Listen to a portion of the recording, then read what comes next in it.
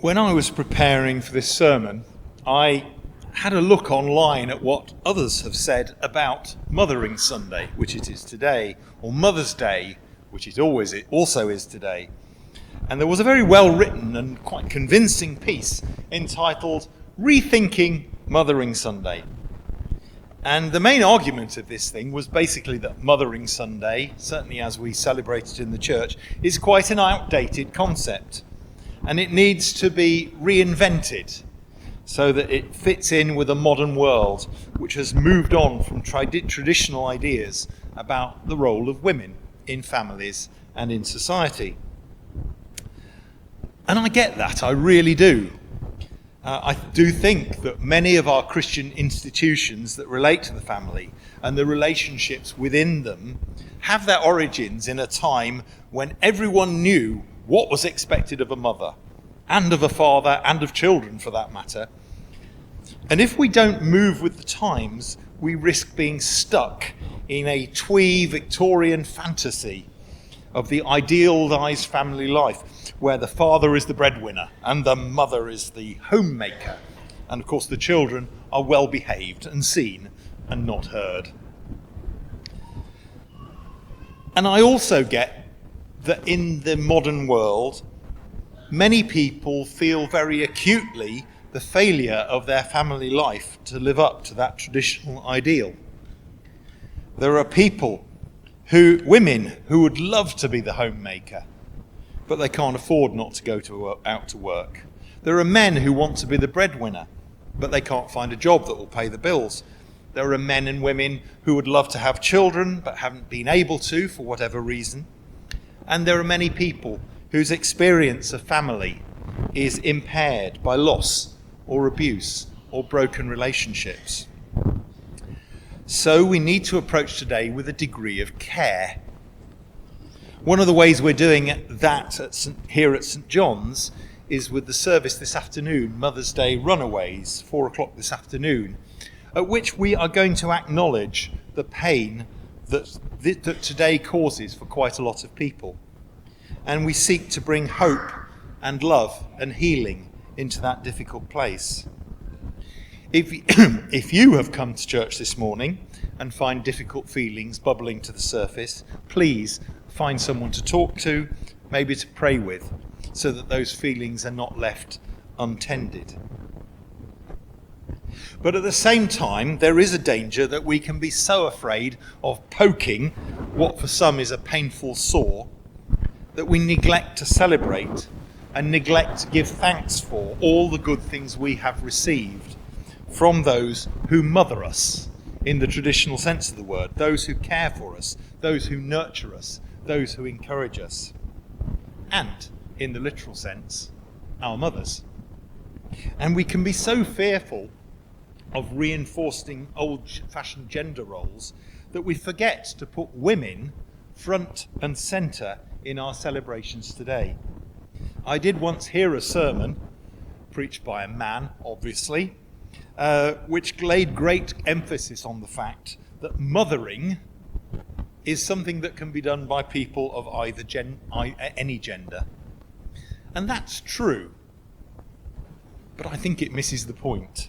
And it smacks to me of men trying to muscle in on a day that rightly celebrates women. And perhaps having said that, as a man, I should sit down and shut up. But I'm not going to. There are several stories in the Bible that celebrate women who, in order to protect and nurture the next generation, played a central and active role in shaping the world around them. And our reading from Exodus is one of those, but it is the first one in the book of Exodus. And I love the first two chapters of Exodus because there's a real sense in which the women are taking the mick. Okay? They are laughing at the people trying to oppress them. So a bit of background. It follows the beginning of Exodus follows on from the previous book, which is Genesis. The last story in Genesis is the story of Joseph and his brothers, which I'm sure we all know, either because we've read it in the Bible or we've seen the musical and we can sing the songs. But it's there. It explains why the people of Israel were in Egypt. It tells that story. And so at the beginning of the book of Exodus, you've got the Israelites living in Egypt, and they're flourishing, and they're causing a bit of a demographic problem.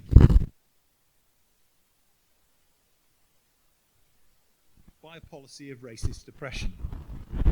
So the Israelites were enslaved, and an order went out that all Hebrew boys should be killed at birth. And so we have then the first pair of heroic women, two midwives called Shiphrah and Puah. And it is them who receive the direct order from the king of Egypt: when you deliver a Hebrew boy, you must kill him. And they don't. And when they're called to account for disobeying the order, they come up with a frankly laughable excuse.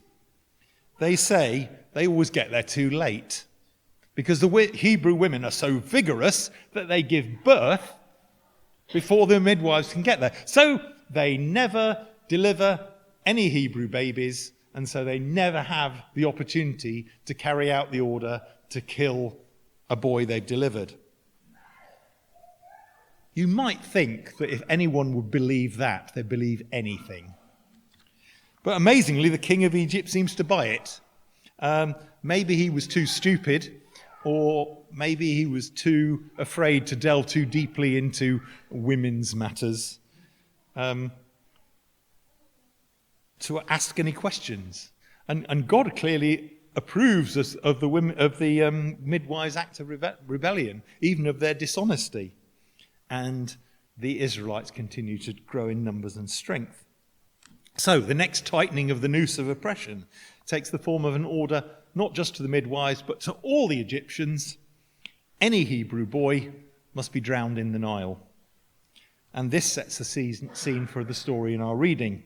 And it's quite a well-known story. You may well have heard it before.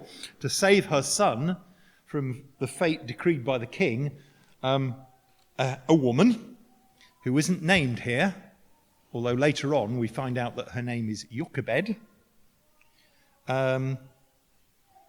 she hides him in her home for 3 months until it gets just too difficult to hide him any longer. And then, again, she starts taking the mick. In a mockery of the king's order to throw the boys into the Nile, she sort of does that, but she puts him in a basket and floats him among the reeds at the edge of the Nile. And he's found there by a daughter of Pharaoh. She knows this is an Israelite boy, but she takes pity on him. She accepts the offer of a Hebrew wet nurse, who just happens to be the boy's mother. And when he is older, adopts him as her own son. So, through the ingenuity and trickery of his mother and the compassion of an Egyptian princess, Moses escaped the grisly fate that many Israelite boys would have suffered. And the rest is history. He grew up to be one of the greatest figures in the stories of God's people. And if we keep on looking through the Bible, we will find many other stories of women doing great and daring things. I've just picked out a few, but there's Abigail, who, at great personal risk, undertook a peacemaking mission between her husband and King David and averted war. There's Ruth, who was faithful to her mother-in-law across tribal and racial boundaries. There is Esther, who saved the Jews from genocide in Persia. And in the New Testament, we have Mary, who accepted the mission to be the mother of the Son of God.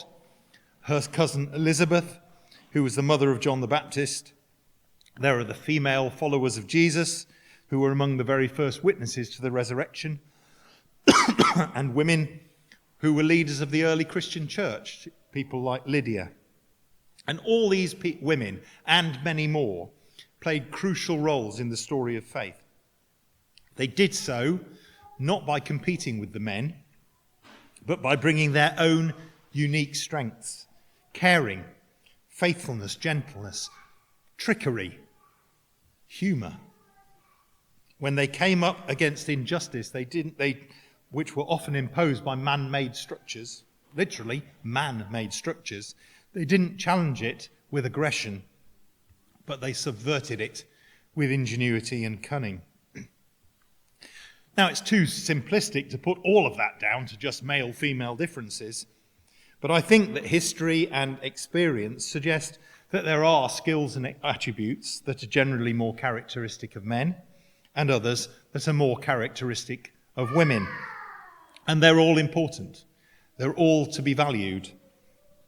But we have long been guilty of undervaluing the female, and therefore it's important to redress that balance. And I think that's one reason why we celebrate mothers today. We acknowledge the role our mothers have played for most of us in making us the people we are today, in nurturing faith and trust, in supporting and guiding us as we have grown, in making sacrifices in order that we may thrive. And I hope we give thanks for them regularly, but we do so particularly today. And to do that doesn't deny that the influences that have shaped us are multifaceted, that the people who with God have moulded our lives and our personalities are both male and female, and the females far more than just our mothers. But just for today, we focus on that particular relationship.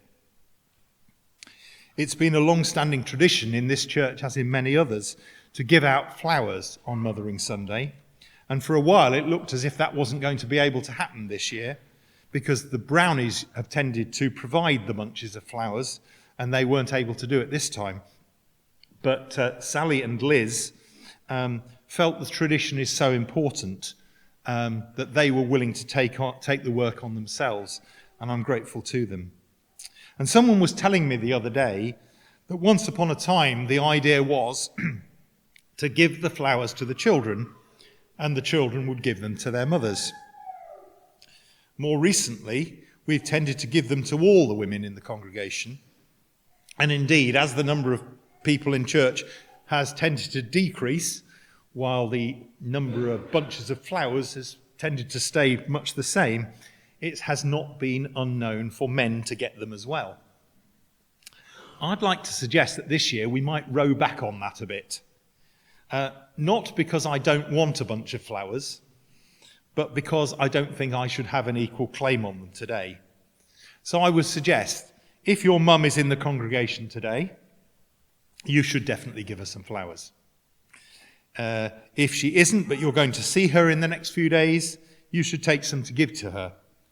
If there is a woman you are going to see soon who you think might appreciate being given some flowers for whatever reason, by all means, take some and give them to her.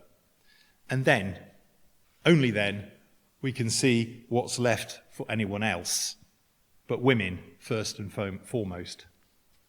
It's a fairly token gesture, but I think it's an important one, just to make sure that the contribution to our common life that women make, and mothers in particular, never gets forgotten and is valued as it should be.